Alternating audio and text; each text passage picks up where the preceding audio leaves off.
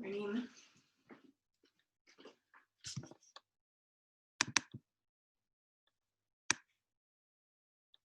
So this morning,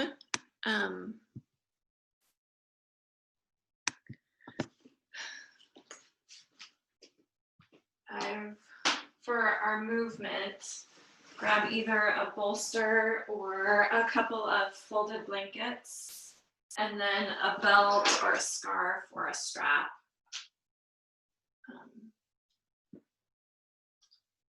We'll use those when we move.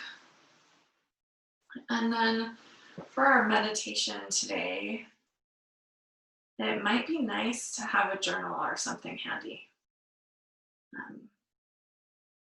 And do some thought observation that way before you sit. So I'm just offering that as a suggestion if you'd like to go grab. I mean, it doesn't even need to be something you'll keep forever. It can just be a back of an envelope and something to write with. So those are my suggestions today for props. Grab a bolster or a few blankets or towels to fold and a strap. And we'll go ahead and get started.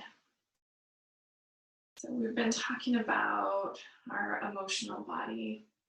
And so we're going to kind of focus on that, the point of our emotions today. I'm just going to read a really simple little bullet list from this book called Emotional Agility by Susan David.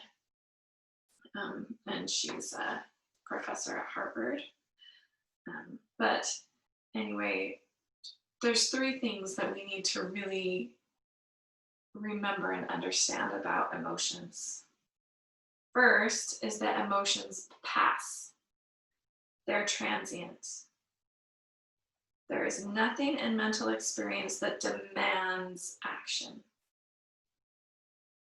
Our emotions are what motivate our action, but they don't demand it, right? And they're transient.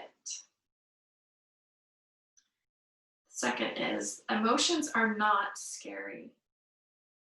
No matter how big or bad any particular feeling seems in the moment, I am bigger than it is. So important that we understand that we are not going to be consumed, even if it is overwhelming and intense. And we can often be scared of the intensity of pain or grief. And that seems natural to our intellectual understanding, but we can be just as scared of intense joy or true intimacy and connection or really intense pleasure even. Those things can also, we may want to push those down and repress those. So we need to not be scared of any of it. And the third thing is that emotions are teachers. They contain information that can help me figure out what matters to me and to others.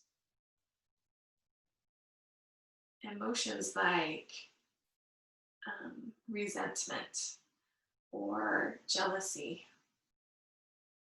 actually, or envy, they actually teach us what matters to us. Like, what is important to me? What do I feel like I'm missing out on? And if we don't just get stuck in the loop of the thought and the feeling, but if we can actually get curious about what is this teaching me, then we actually are more open to living our lives in a really intentional way. So we'll start with that, just kind of thinking about those 3 things that emotions do for us. They pass, they're not scary, and they teach us They are our teachers. And then we'll just kind of go ahead and move and get into our bodies so we're ready to sit still. So let's start seated. Slide this out of the way. My stack of books.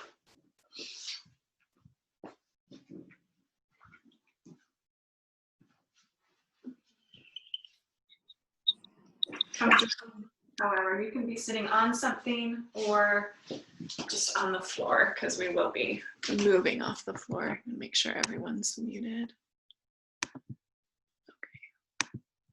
Okay. Just get into your breath for a second.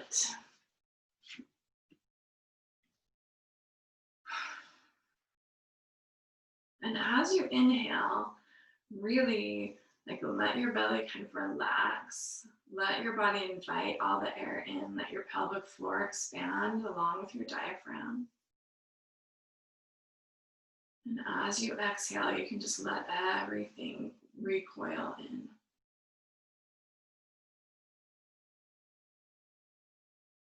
And see if you can even feel a sense of grounding expansion with your inhale. And a little sense of rising with your exhale.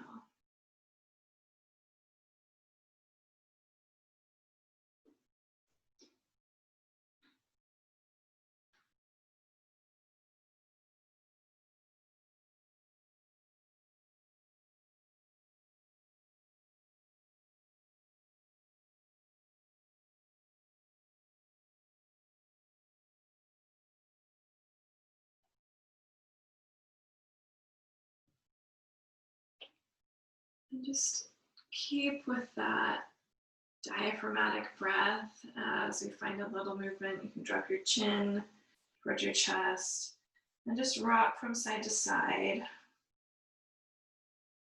Not looking for a really big stretch yet here. I just want you to think of starting to just expand through your fascia.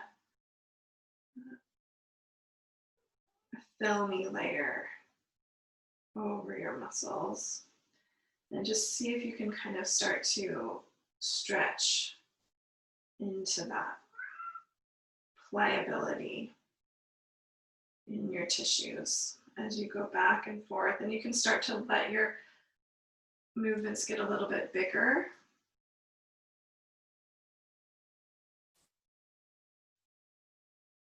Maybe lift your chin when you get to a side.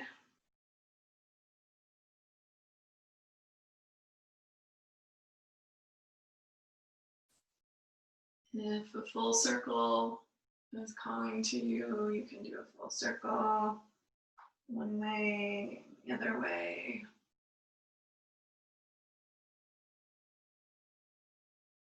And then start to find some shoulder rolls back and forth. You can keep your neck moving with it or just do your shoulders one at a time and switch directions. Feel that in your upper back. And then just take your right arm and just kind of feel like you're kind of doing a lasso. But let this movement be really fluid. Thinking about that filmy fascial layer underneath your skin that's wrapping your muscles, that turns into tendons and ligaments. It's like this connector and container of everything under your skin. And just do those lassos with your other arm. And they don't need to look any certain way. Just let your shoulder start to feel fluid, your elbow, your wrist, and you can get your spine into it.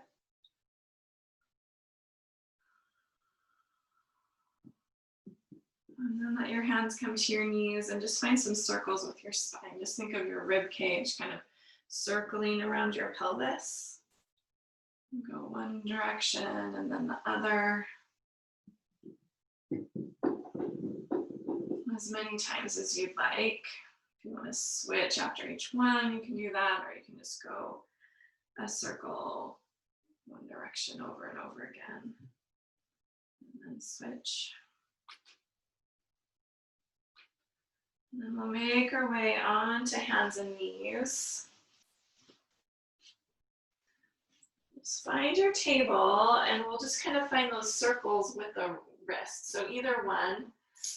I want you to think about trying to keep your wrist connected with the floor as best you can as you kind of smoosh around and swivel around the back of your hand, side of your hand. So your arm, your shoulder, your elbow, everything's going to need to move.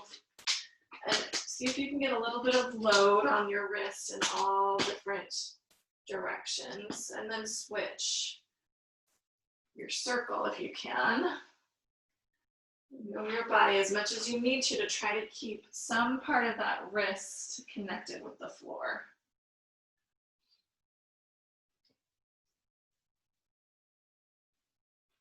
And then switch sides. And it may be a totally different like brain exercise on the other side. It may take a few times for you to really even figure out like, how am I even going to keep my wrist connected? But just try. Get your whole body involved, your shoulder, your elbow. Your wrist's gonna move into extension and flexion. And then try the other direction. Feel this through the muscles of your forearm maybe, or the tendons.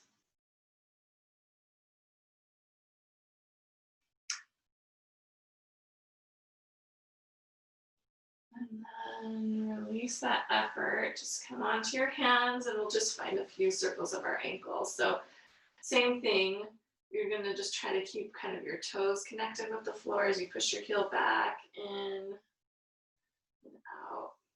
Just kind of circling through your ankle with a little bit of load.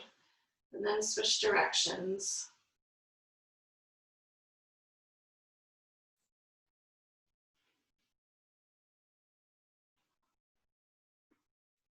Then switch sides. Maybe your other leg.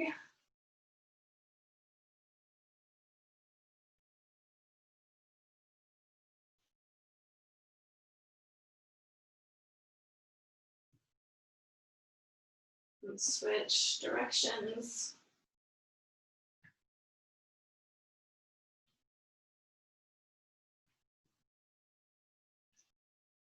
And then come back to your hands and knees. We're going to do 2 rounds of really slow cat and cow here. So I want you to lead with your tailbone and tuck just your tailbone and your sacrum. And then you can kind of push the floor away. Start to let your lower back round, your mid back round, and all the way into your upper back. Let your chin come to your chest. And then unfurl this from your tailbone. So start with your tailbone and push it back. And then you can start to let your lower back vertebrae extend, mid back, upper back. So try to go that slow one more time, leading with your tailbone. And articulating your spine as best you can.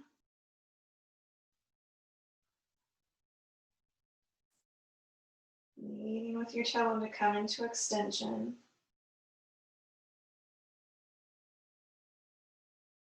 And then you can do one more that's a little bit faster, but still see if you can lead with your tailbone and find that segmentation where you're still working on each vertebrae moving on its own.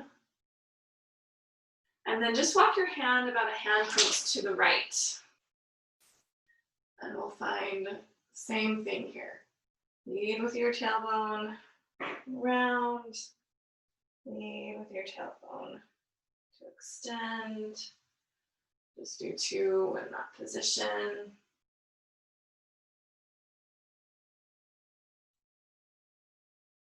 Keep your knees just right where they are. Walk your hands another handprints to the right. And again, just find 2 rounds.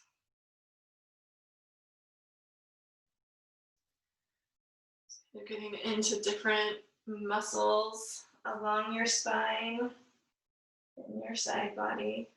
Let's do 1 more. Walk hands to the right. So you're a little side bended.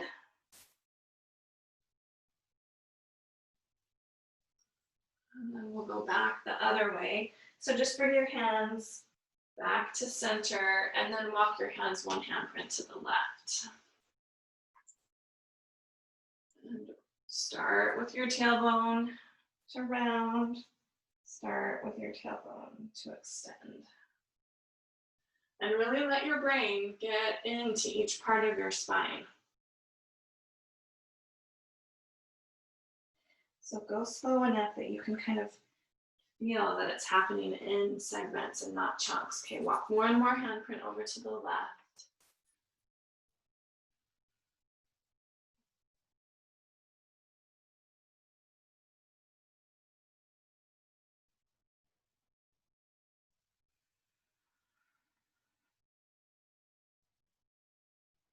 And 1 more. We've got a C curve in our spine here. You feel it more on that right side body. May feel kind of awkward. Just let your spine kind of move through.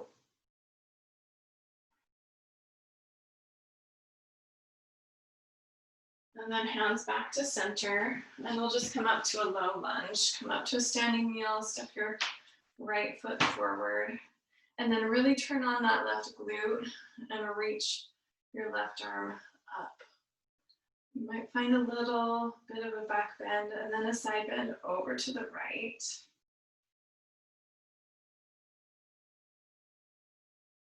And then come up, just find a couple of circles here. So lead with that thumb, reach back, and come through. Lead with your thumb until you can't lead with your thumb anymore. And then you can rotate and lead with your pinky. Do 1 more that direction. Just really getting through that rotation of your shoulder and then switch. Leading with your thumb until you have to lead with your pinky.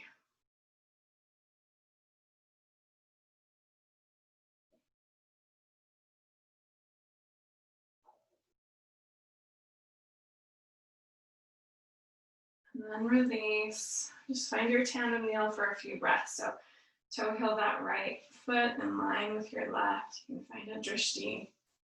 You can keep your hands on your hips, hands at your heart. And just kind of teach your brain and all those little stabilizers to keep you upright. Keep breathing. And then just come back to your standing kneel and we'll switch sides. Left leg forward. Engage through that right glute. So you're clearing through this right hip flexor. Just in a really supported way. Right arm up. And then maybe find a little side bend.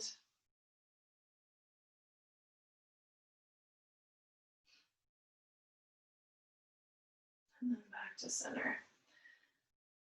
Reach that thumb back as far as you can. Try to keep those lower ribs contained.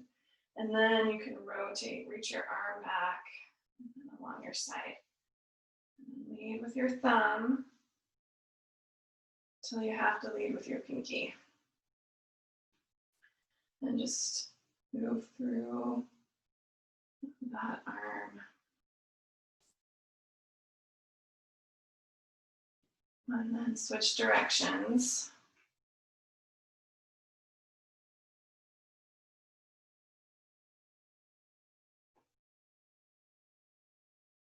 And really, you're not just swinging your arm, you're moving here with control.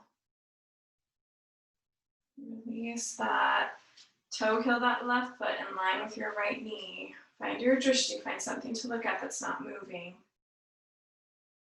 And then And just hold your hands in a place that feels supportive for you. And just let yourself balance.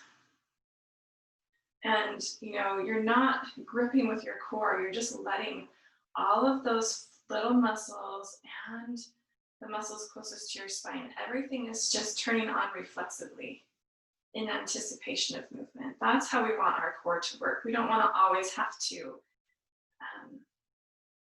think about engaging it.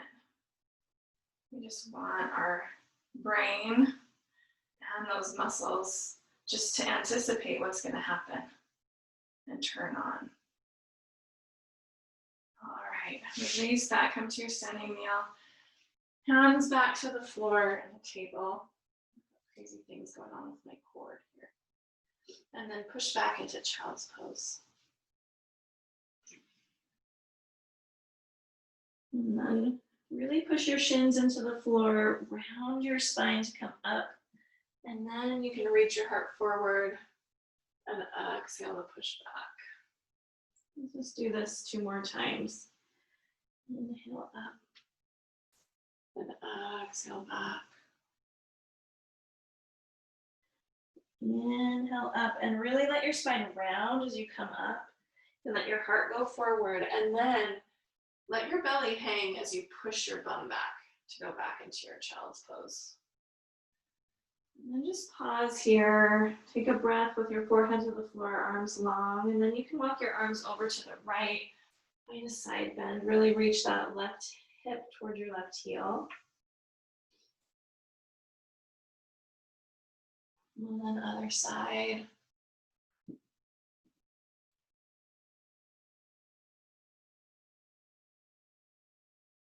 And then come back onto hands and knees. Just want to do a hip rotation a couple of times on each side. So take that right knee off the floor, reach your foot toward the ceiling, and then take your knee out to the side, towards your armpit, to your chest. Do this direction twice. And then switch. Bring your knee into your chest, out to the side, heel to the ceiling. Just moving through that full range of motion of your hip. And then switch. Left heel up, knee out to the side, knee to armpit, down to chest.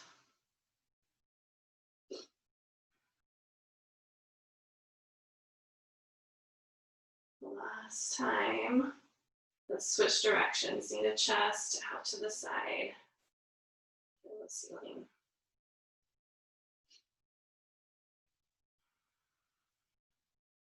And then release. Push your hips back. And then walk your hands up.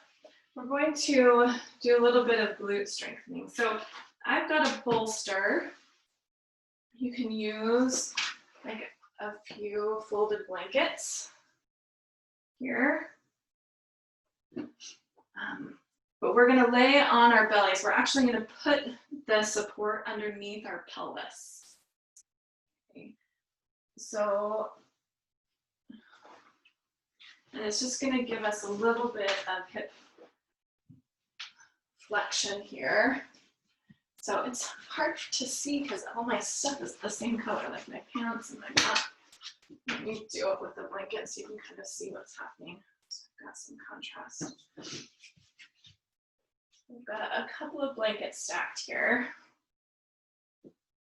I'll lay with my pelvis over blankets. And you can just stack your hands. So let it be not too much pressure on your belly, but just kind of right, your hip points, your pubic bone are on this bolster. And let yourself relax. Push your pubic bone down into your support. And then either, well, let's just start with pointing. Point your right toes and just lift that leg up. And then lower. And just do 5 there. And don't let this get into your lower back. use your hamstring and your glute.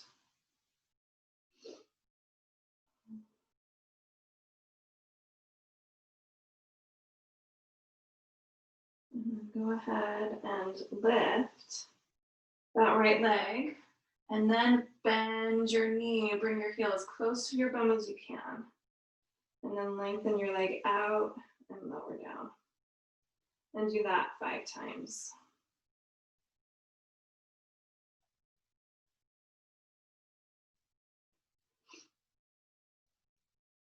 3, 4,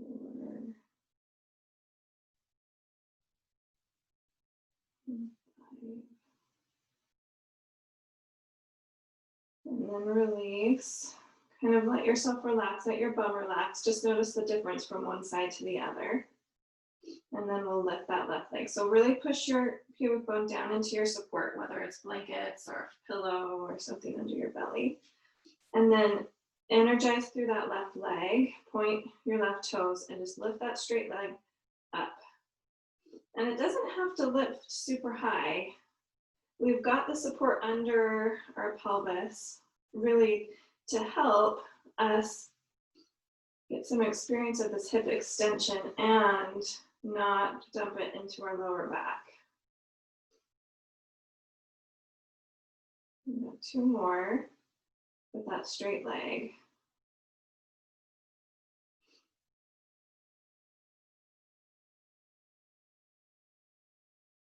And then we'll start to lift that left leg. Keep your toe pointed.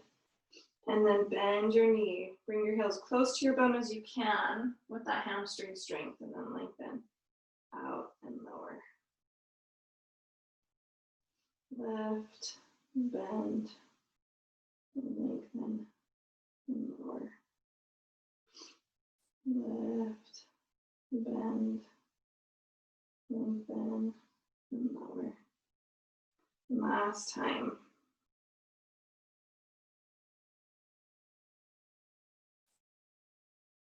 And then release, let your bum relax. You can even wobble it from side to side. Just notice how you feel from one side to the other. And then push your pubic bone down into your support. Energize through both legs and just lift both legs up. And keep your neck, the back of your neck long. So energize through your glutes. And release. Up onto your hands, and just push yourself onto hands and knees. I'm gonna find another slow cat and cow here.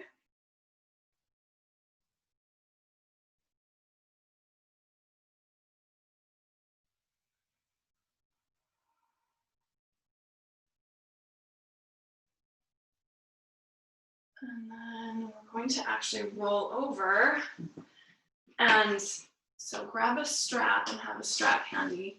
We're gonna just do the opposite thing. We're gonna lay with the back of our pelvis on either your stacked blankets or bolster. If your meditation cushion or something works, you can lay on that. So I'm just gonna kind of sit on the edge of it and bring my back down. So my rib cage is on the floor, and you can adjust the height of this, okay? And then just knees bent, feet flat on the floor. But my pelvis is lifted up. And you might take a few seconds to really set your balance up, because we're gonna lift our legs up. So if you can't balance with your knees up, then adjust where your pelvis is on your support underneath you. And then we're just gonna take our strap around the left ball of your foot and lengthen that left leg up, okay? And it doesn't need to be super intense stretch. We did a bunch of hamstring work, so just kind of let your leg relax and release. And then take your right leg straight and let it hover above the floor, but not touch. So your heel's not gonna touch the floor, it's just gonna hover. And then just breathe big into your ribs. Now think about your psoas muscle, that hip flexor that starts with little fingers that attach to all your lower vertebrae. It goes through your pelvis and connects to your inner femur bone. I want you to imagine that this right leg originates from the start of that psoas muscle, right at your lumbar spine, so right in the core of your belly. And then start to just swing that right leg back and forth from that place. Just kind of think. And you're just letting it wobble back and forth, sway back and forth as you're lengthening through your left leg. And this is more about just releasing through your psoas than it is about the hamstring stretch, but it's nice to kind of have both at the same time. You can kind of relax through your face, and you're just letting this right leg swing.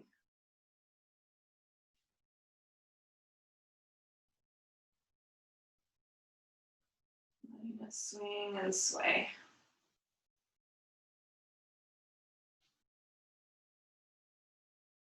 And take another breath with just that swinging back and forth. And then let your right foot just come to the floor. Maybe lengthen through that left leg a little more. And then bend both knees back into your chest, and we'll just switch sides. Loop your strap around that right ball of your foot and lengthen that right leg up. Find your balance on your bolster. Your ribs are on the floor. And then lengthen through that left leg and just let your left heel hover off the floor. And just take a big breath here, in and out of your nose.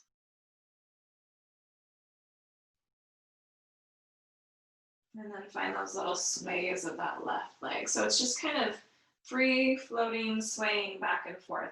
And imagine that you're really, this leg originates from your lower back and from like deep in your belly.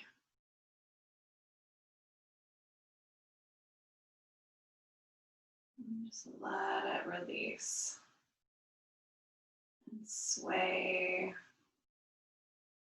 Think of just kind of wiggling all those muscle fibers in line, or lining up the fibers of that fascia, connective web.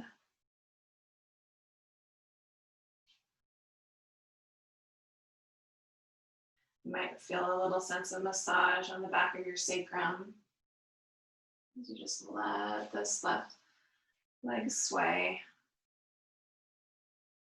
And then you can just release that movement, let your left leg, or your left heel come to the floor, and lengthen through that right leg.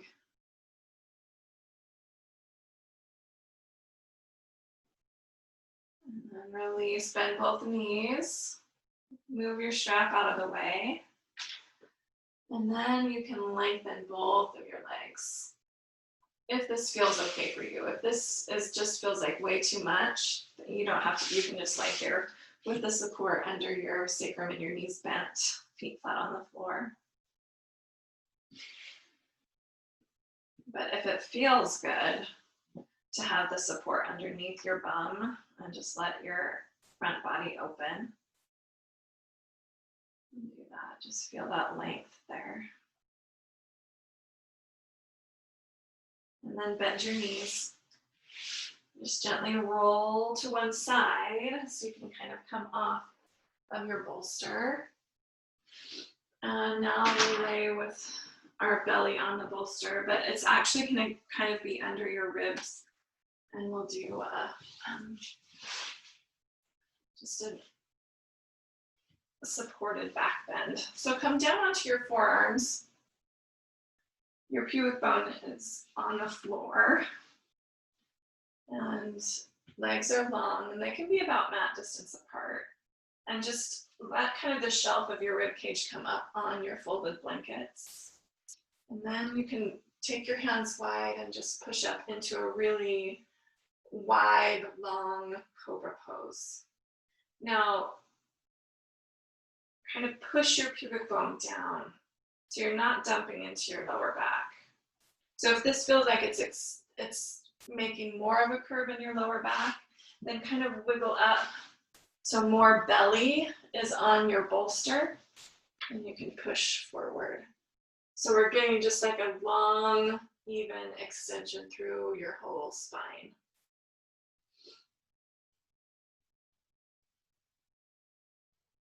And the bolster is a nice support for your lower back. So find that engagement through the backs of your legs. So remember when we were lifting our legs, so have that engagement as if you were going to lift your legs, but you're not, okay? So you've got that engagement in the backs of your hamstrings and your glutes. And you can come out, maybe bring your hands closer. You can relax everything for a second. And then engage the whole backs of your legs. Engage your hamstrings, your calves, and your glutes. Not in a way that you're like gonna crack a walnut between your cheeks, but you're just engaging there. And then you may push into your hands and come up a little bit higher with that support under your belly.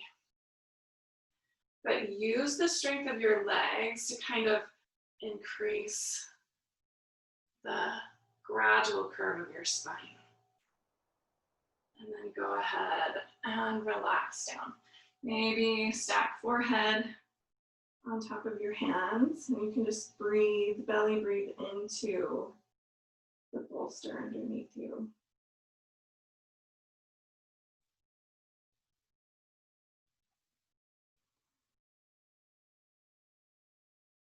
And then lift your head, come up onto your hands, push yourself into a table, and then come into child's pose. You can let your hands come on top of your support, and maybe your head comes a little bit lower. Stretching through your side body, and just kind of let yourself curl.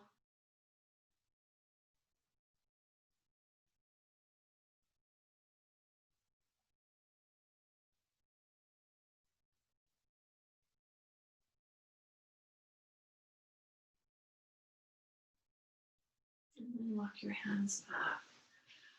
And we'll make our way to our meditation seat.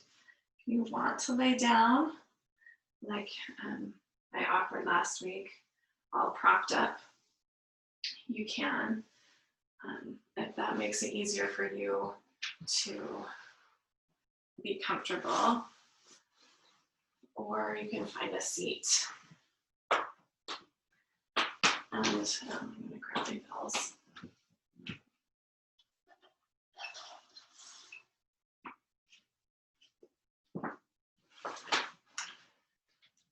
And I want to offer you the opportunity, you weren't here the first time I mentioned it, to maybe grab a piece of paper and something to write with, or grab a journal, a notebook. Because sometimes it's helpful not to just watch thoughts, but get them out on paper and actually see what's happening.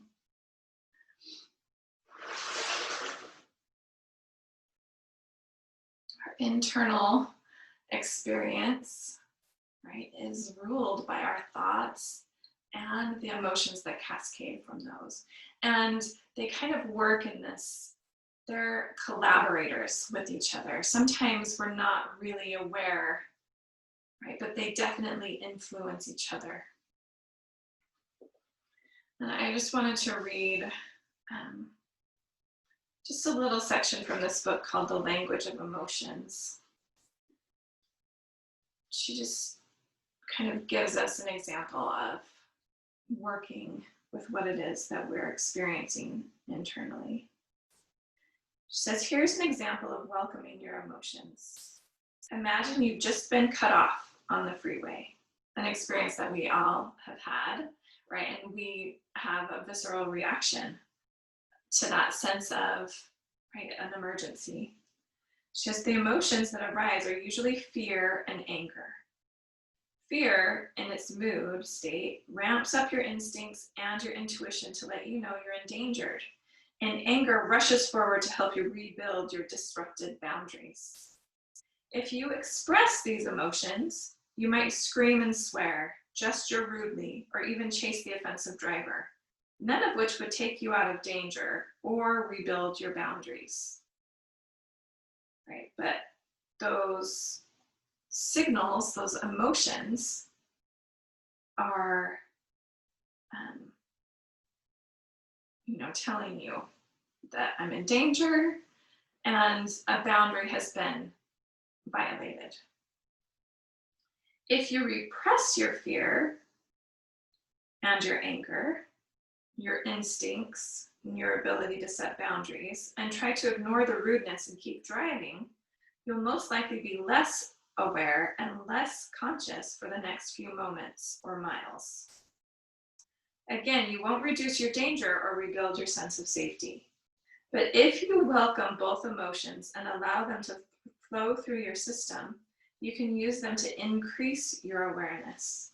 You can use your fear to sharpen your senses. That's what properly flowing fear does. It increases your focus and awareness. Your fear could help you ask yourself where your attention was and why you were so startled. Your fear could also help you think about ways to prevent such inattentiveness in the future. You could also use your anger to make the proper corrections and get yourself away from the unsafe driver. Properly honored anger would enable you to quickly and consciously rebuild the traffic boundaries around your car. It would protect you from the recklessness of others and help you become a more skillful driver. When you welcome and attend to your fear and anger consciously, neither one will endanger you or the other driver. Rather, they'll simply help you increase your awareness and skill. When you and your car are out of danger and your emotions have been attended to consciously, both your fear and your anger will then flow and move on as they should. Neither emotion will need to stay active in its mood state, and you won't have to obsessively relive the incident or drive unconsciously for the rest of the day because you'll have handled the situation and the emotions properly and appropriately. If you can honor your emotions and welcome them as the life-giving water element they are, they will behave exactly as water does. They'll flow and change, shift their states, react and respond appropriately, and create the perfect ecosystem in which you can flourish. Allowing your emotions to flow freely inside your psyche brings life-affirming water and empathic awareness into your life.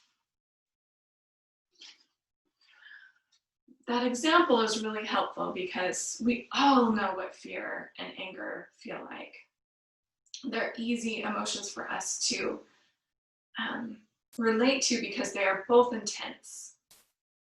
But we have experiences throughout our days that bring up emotions that we often repress or want to address in a way that we're trying to fix something outside of us.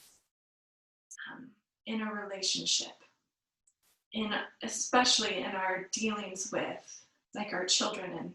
And for me right now, as I'm trying to navigate figuring out how school is going to work and how I want to deal with all of the things going on, right? I feel resistance come up. I feel a little bit of fear, all of these things. So I want you to just pick one circumstance in your life. It could be a person, like a relationship with a person. It could be, a different decision that you need to make. And I just want you to think about that and notice the emotions that come up around it. Notice the emotions that come up around that thing. And remember that our emotions are our teachers. Just like fear, that instinctive heightened awareness, right? If we channel that and use it in that traffic situation, then we actually can be safe from it. The same thing with in relationships. When we want to fix someone else, we can ask, okay, so what is this resentment teaching me? Right? It's an emotion that tells us what matters. Okay? So I want you to pick a situation and then think of an emotion that comes up. Okay? And you can write about this or you can just think about it for just a minute.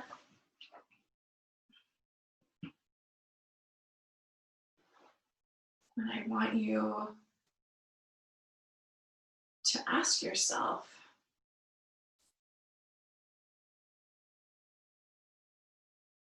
what is this teaching me about what matters?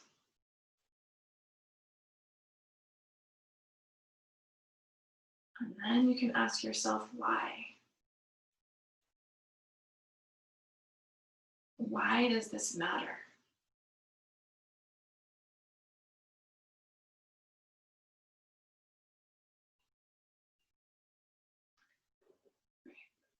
One thing we need to remember is that the emotions that we feel are not the responsibility of anyone else.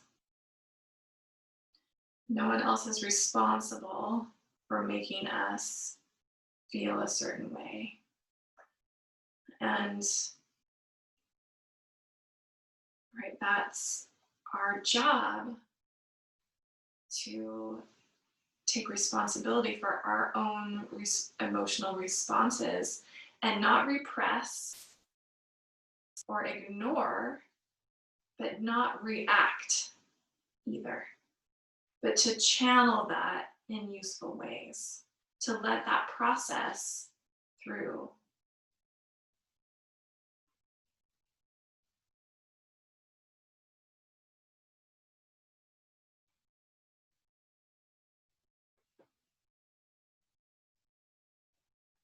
And so I want you just to welcome that emotion, right? That you belong. And you can even think of it as an entity,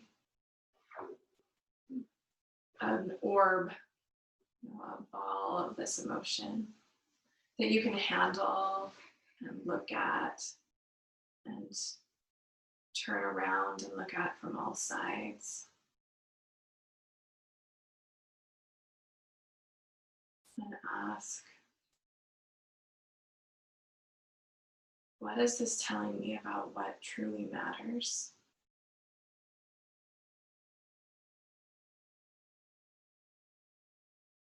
And why?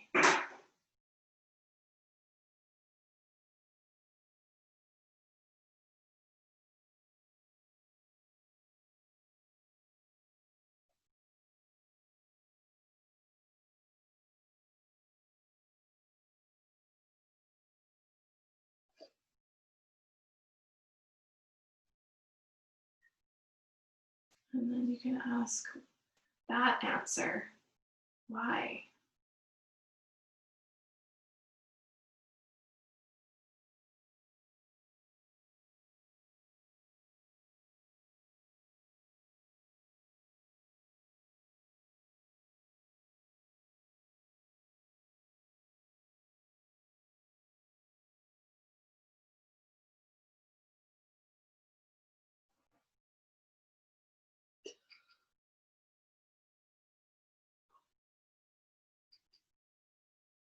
And you can ask that answer, why?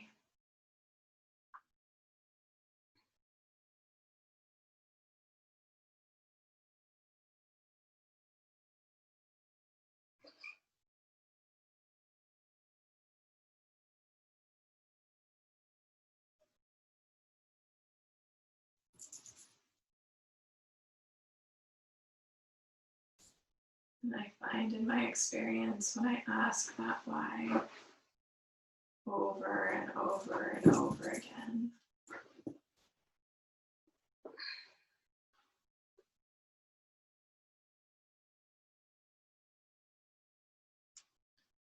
It eventually leads to love. That I want to be love, that I want to feel love, that I want that connection and that relationship to be love.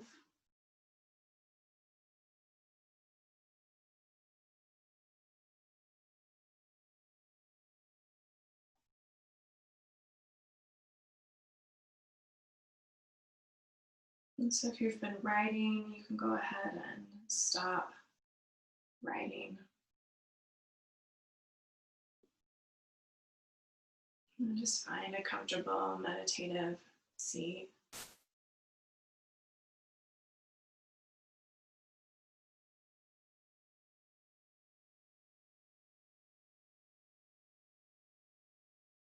And find the anchor of your breath.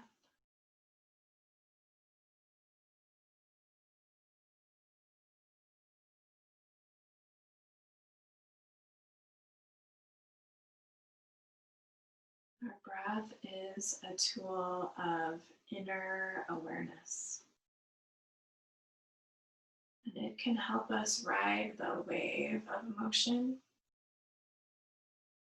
And that also can help us in that investigation so that we can kind of expand it and answer those whys.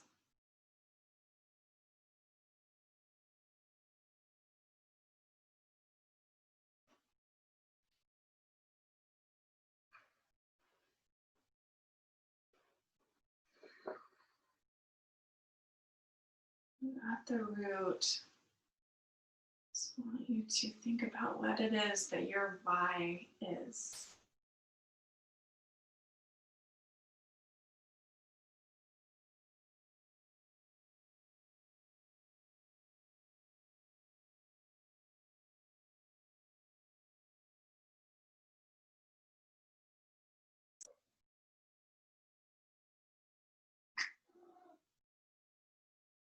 Is it love? Is it unity? Is it growth?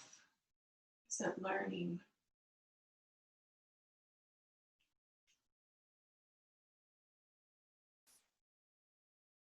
Just let that kind of reside in your heart space as you just breathe and settle.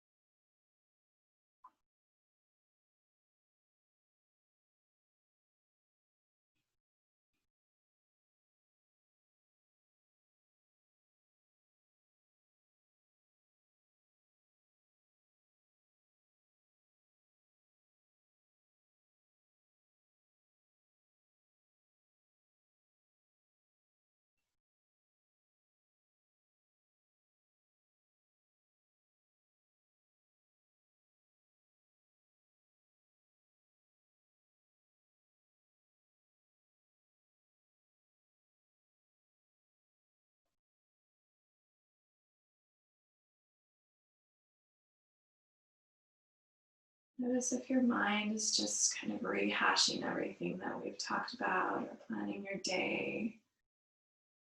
See if you can let the busyness of your mind really settle. Bring your awareness down into your heart space.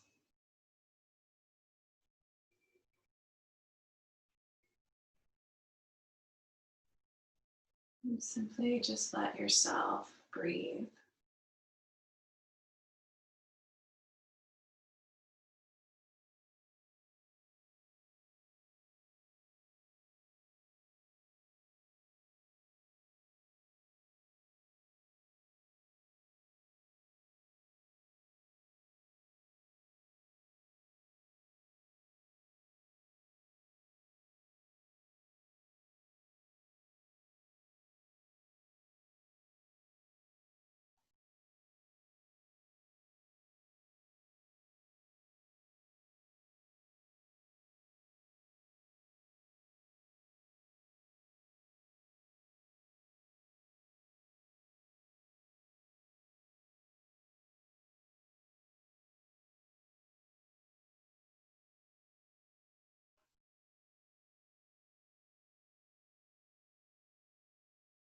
See if you can let your sense of awareness expand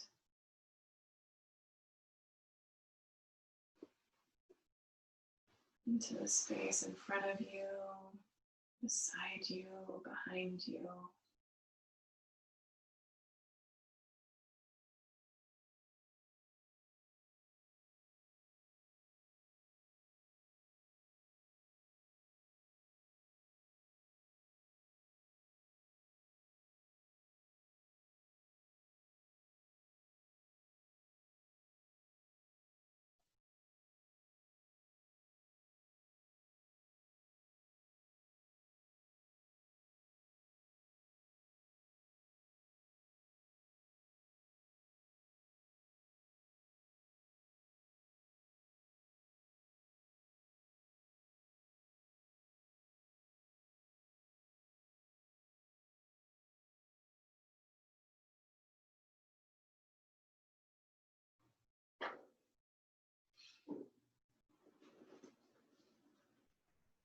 And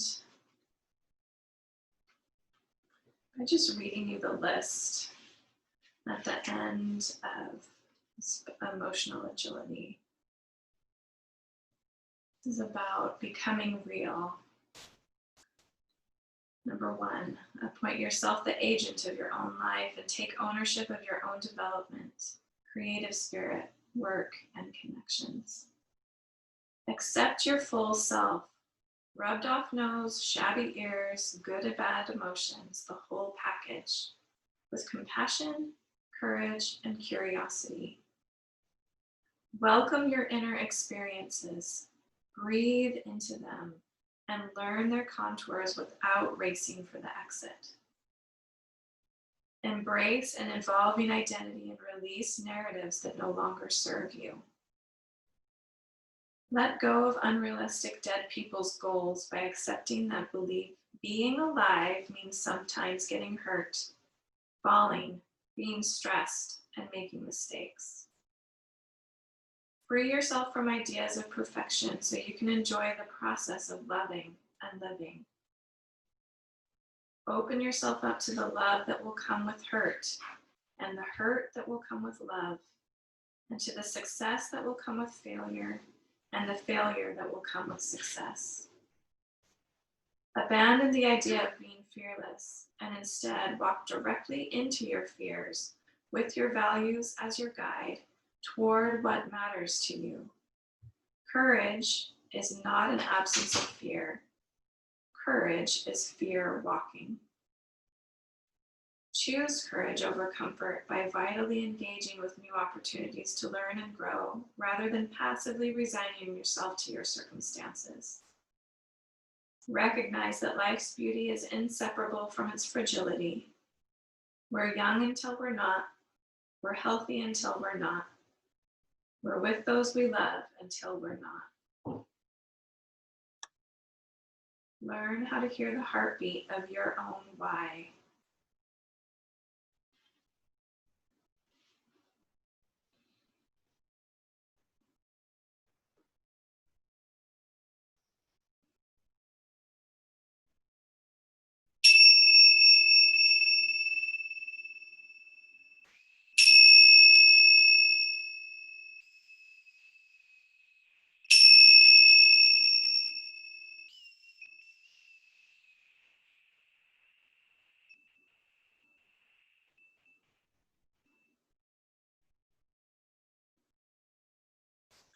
Bring your hands to your heart. And open your eyes. The divine light in me honors the divine light in you. Namaste, friends. Have a good Friday. Thank you for being here.